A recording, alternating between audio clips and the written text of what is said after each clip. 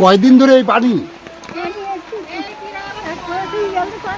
1 মাস হয়ে গেল এই অবস্থায় আছেন। মাটির ঘর তো ভেঙে পড়ছে। কি নাম আপনার?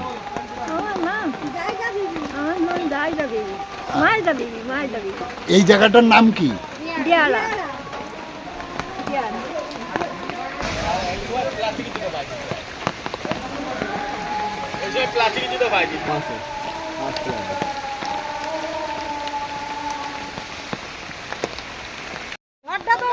এই বাড়ি আপনাদের?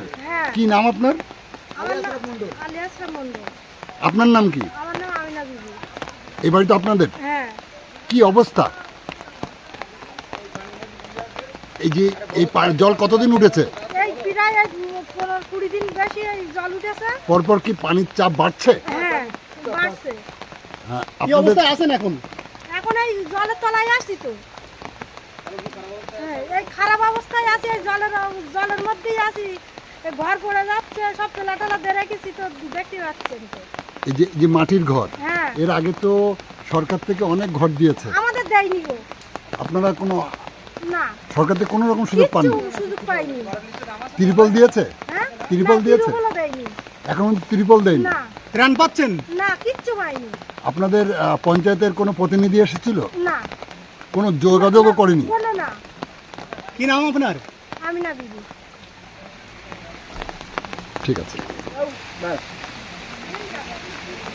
ঠিক আছে, আর যাও ওঠো, ওটা আর করতে হবে না, ওঠো।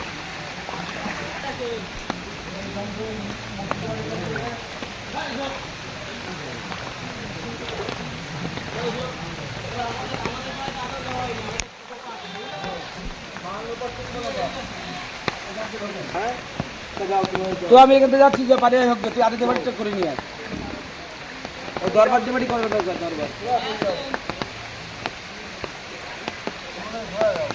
এই আপনাদের কি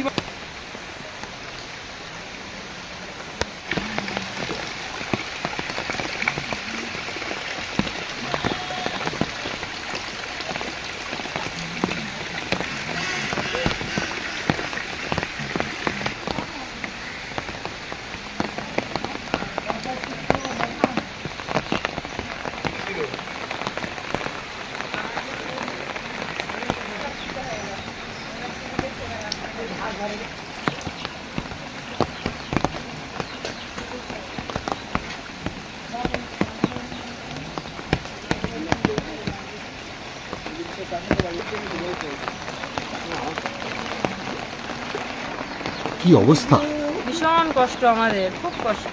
কেন কষ্ট হচ্ছে? কেন কষ্ট হচ্ছে? বেশি ছেলের স্কুল প্রাইভেট, এই কোলে করে করে নিয়ে যাওয়া আসা, সাপ বেড়াচ্ছে এত পরিমাণে, ভয় লাগছে। আর এই আপনি তো এসছেন, বুঝতে পারছেন তো কি অবস্থা। আর আমাদের রান্না খাওয়ারও খুব কষ্ট হচ্ছে, একে তো ইনকামই নেই এখন। কোনো ত্রাণ পাচ্ছেন না, কোথার থেকে পাবো? ওই ভিতরে আসি, কেউ ওইদিকে দেখে না, আসে না। ত্রিপল পাইছেন? না, ত্রিপলের আমার খুব প্রয়োজন, দেখেন সব পানি পড়ছে, খুব প্রয়োজন। একটা ত্রিপল হলেও এখন একটু আমরা অনেকটা আশ্রয় পেতাম ভালো করে, একটু ত্রিপলের খুব প্রয়োজন ছিল এখন। বাড়িতে হাঁস মুরগি? এই একটা মুরগি আছে, আর কিচ্ছু নেই। আর আমার বাচ্চা ছোট, একটুখানি পিপিতে পড়ে এখন, ওর কোলে করে নিয়ে যাওয়া আসা এখান থেকে খুব কষ্ট, মানে হেঁটে যাওয়া। আপনি তো এসছেন, আপনি বুঝতে পারছেন কি কষ্ট করে আমরা। উঠোনে হাঁটু সমান জল? হ্যাঁ, উঠোনে হাঁটু সমান জল।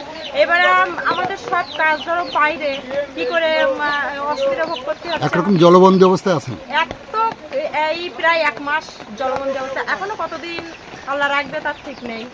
এই অবস্থায় কি চান আপনারা? একটু ভালো আশ্রয় চাই, আর কিচ্ছু চাই না। এর আগে আপনি ঘর পাইছেন? না, কখনো পাইনি। সরকার থেকে আপনি কোনো ঘর পাননি? না, কখনো পাইনি। কি নাম আপনার? আমার নাম আসমা বিবি মোল্লা। এই জায়গাটার নাম? দিয়ারা, চৈতন দিয়ারা, দক্ষিণ পাড়া। বলছি একটু ত্রিপলের ব্যবস্থা হলেও আমরা এই পানির হাত থেকে একটু ভালো আশ্রয় থাকতে পারতাম। আশ্রয়টা ভালো হলে আমাদের অনেকটা শান্ত হতো। ব্লক প্রশাসন বা পঞ্চায়েতের থেকে কোনো জনপ্রতিনিধি আপনাদের খোঁজ খবর নেয়নি? না, এখনো পর্যন্ত নেয়নি। বিনা দিদি এসেছিলেন ওই রাস্তা দিয়ে, আর নারায়ণগঞ্জ এসেছিলেন, ওনারা ঘুরে গেছে। হ্যাঁ, তারপর থেকে এখনো কেউ আসেনি। আর কোনো কিছু পাননি? আমরা কোনো কিছু পাইনি।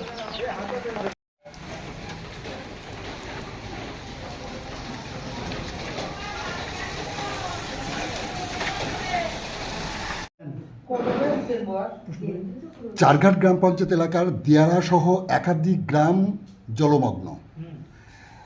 এ বিষয়ে তারা স্থানীয়রা বলছে তারা এখনো পর্যন্ত কোনো রকম কোনো সরকারি সহযোগিতা পায়নি। কি বলবেন আপনি? এ বিষয়ে যেটা বলবো, জলমগ্ন হওয়ার পরে আমি এলাকা পরিদর্শন করে এসেছি। এসে আমি বিডিওকে জানিয়েছি যে দ্রুত ত্রাণের ব্যবস্থা করতে। উনি অল্প কিছু ত্রাণের ব্যবস্থা করেছিলেন, সেটা আমি বিতরণ করে দিয়েছি। আর পর্যাপ্ত পানীয় জল ও মেডিকেল ক্যাম্প আর ত্রাণের ব্যবস্থা করার জন্য উনি আমাকে আশ্বাস দিয়েছেন। আপনার নাম পরিচয় বলবেন? আমার নাম টুম্পা সর্দার, চারঘাট গ্রাম পঞ্চায়েতের প্রধান। Thank you.